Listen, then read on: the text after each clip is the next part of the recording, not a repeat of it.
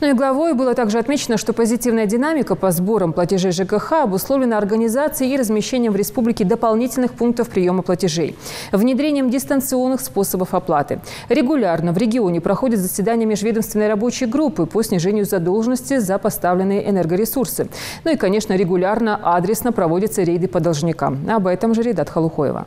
На какие только ухищрения не идут люди в стремлении сэкономить на электричестве, но платить по счетам им все равно придется. Энергетики Ингушетии методично проверяют частные домовладения на безучетное потребление электроэнергии и задолженности. Первыми под проверку попали жители улицы Парчиева в Назране.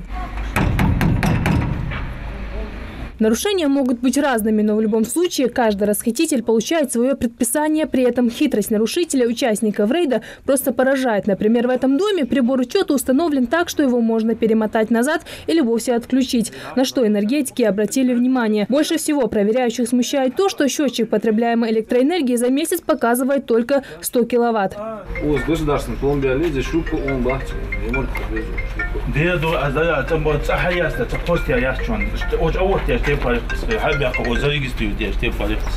Мы здесь сделали предписание, чтобы он написал, пришел заявление на замену прибора учета.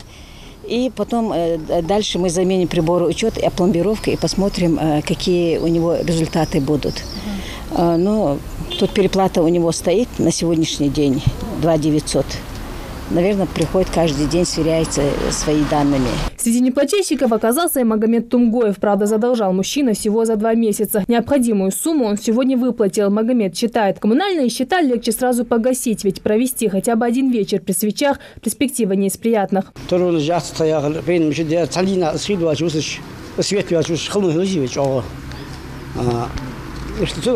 Я старался, но вот видишь, попался сегодня. На этой улице каждый второй пренебрегает необходимостью платить за потребляемое электричество. Немало здесь и незаконно подключенных к электросетям. Все их решено тут же обесточить.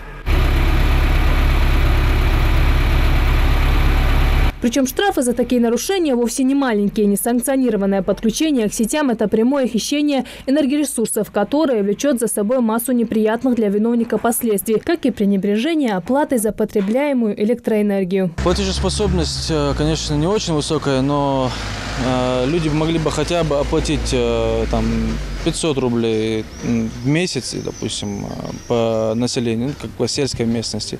Как в городских местностях хотя бы 700 рублей, 600 рублей, если поплачивали бы в месяц.